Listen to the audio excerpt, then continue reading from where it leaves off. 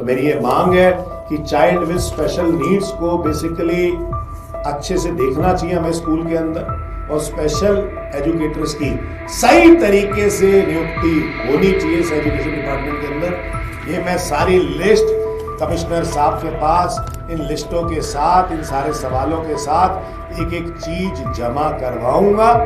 मैंने आपको सारे नाम के साथ बताए, एक एक नाम के साथ बताए, ताकि आप इनसे सवाल पूछ सकें। धन्यवाद, बहुत बहुत शुक्रिया। भाजपा की 4 इंजन की सरकार है, लेकिन एमसीडी के अंदर भाजपा के चारों इंजन फेल नजर आते हैं।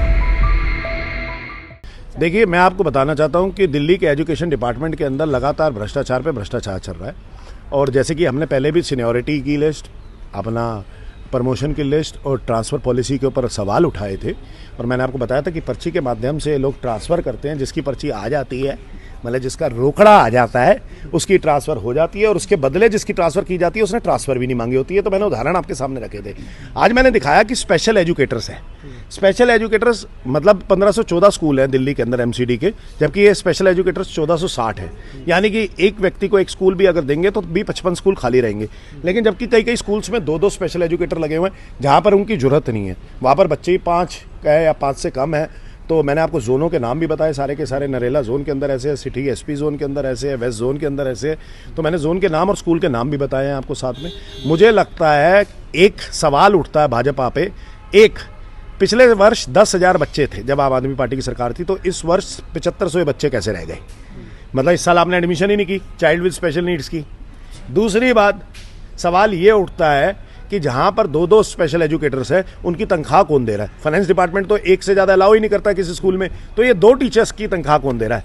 तीसरी बात, ये जो स्पेशल एजुकेटर्स को आप क्लर्क का काम करवा रहे हो, इधर फलाना ढिमकाना, कहीं हेडक्वार्टर में लगा रखा है कईयों को, आप जाके चेक कीजिएगा।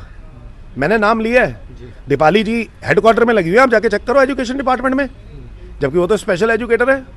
तो वो यहाँ कैसे लग सकती हैं? और साथ में कई लोग जोन में लगे हुए हैं, मैंने सबके नाम के साथ आपको बताया है। तो वो लोग जो जोन में लगे हुए हैं और जो यहाँ पे लगे हैं, हेडक्वार्टर में लगे हैं, तो मुझे लगता है कि इन लोगों से, अगर स्कूलों में आपके टीचर नहीं है, अध्यापक नहीं है, तो प्राइमरी स्कूल की टीचिंग करवा लो। स्पेशल एजुकेटर वो कर सकते हैं अगर बच्चे नहीं है वहाँ पे। लेकिन आप उनको हटा के क्लर्क का काम क्यों करवा रहे हो स्कूलों के अंदर? मैंने आज कमिश्नर साहब को एक चिट्ठी लिखी है कि ये जो चाइल्ड विद स्पेशल नीड्स के जो स्टूडेंट्स हैं, इनके ऊपर प्रॉपर ध्यान दिया जाए। और ये जो स्पेशल एजुकेटर की धांधलेबाजी हो रही है, जिनको 70 से 80 हज़ार रुपये तनख्वाह मिलती है, ये धांधलेबाजी खत्म करो, उनको उनका काम दो, बच्चे नए लाओ चाइल्ड विद स्पेशल नीड्स, और उनको पढ़ाना एमसीडी स्कूल में शुरू करो। अगर वो बच्चे नहीं है तो प्राइमरी टीचर्स बना के उनको तब्दील करके 100% नए शिक्षक दो, ना कि उनसे क्लर्क का काम करवाओ। सर, सवाल ये भी आता है कि आपने कहा कि 5 से कम बच्चे हैं, और कुछ दिन पहले आम आदमी पार्टी ही मर्जिंग का विरोध कर रही थी, जो स्कूल मर्ज कर दिए गए थे यूपी में या बाकी जगह। अगर ऐसा यहाँ पर होता है तो यहाँ पर क्या रहेगा फिर? या तो उनकी नियुक्ति करनी पड़ेगी या फिर उनको मर्ज करना पड़ेगा, क्योंकि ये तो राजकोष पे बोझ है। राजकोष पे बोझ कैसे हो सकते हैं बॉस?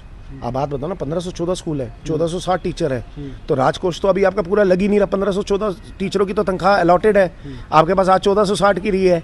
समझ रहे हो मेरी बात को? और उनसे आप राजकोष पे बोझ तो तब हुआ जब आप उनसे क्लर्क का काम करवा रहे हो स्पेशल एजुकेटर से।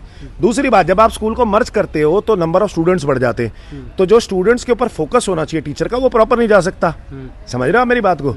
तो अगर आप चाइल्ड विद स्पेशल एजुकेशन अगर कंबाइन करना चाहते हो, एक तो बच्चे के घर के पास वाला स्कूल होगा, वो वैसे भी स्पेशल नीड्स वाला बच्चा है, वो घर से दूर कैसे जाएगा?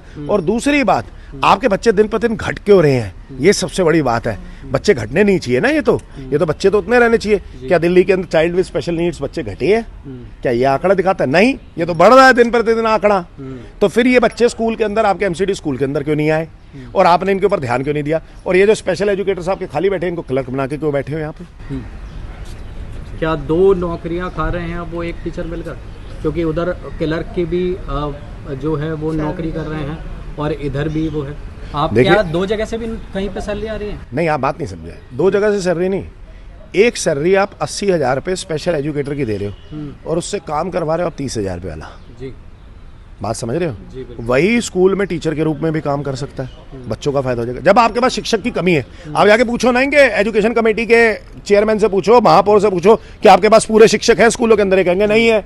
जब स्कूल के अंदर पूरे शिक्षक नहीं है, तो स्पेशल एजुकेटर स्कूल छोड़ के यहाँ पे हेडक्वार्टर के अंदर क्यों बैठा है? या तो प्राइमरी क्लास को पढ़ा ले वहीं पे बैठ के, या फिर स्पेशल एजुकेटर के रूप में काम कराए। तो फिर आप उनसे सवाल पूछ लो एक बार भाजपा से। भाजपा का लगातार भ्रष्टाचार पे भ्रष्टाचार इस एजुकेशन डिपार्टमेंट के अंदर है। इनकी 60 गार्ड के हिसाब से यहाँ पे ट्रांसफ़र होती है, इनकी 60 गार्ड से ही अपने चहेतों की ये सीनियरिटी लिस्ट बनाते हैं, अपने चहेतों को आगे बढ़ाते हैं। और चहेते कैसे बनते हैं इनके? सिर्फ एक माध्यम से, वो है पर्ची सिस्टम, यानी कि तोल मोल के बोल।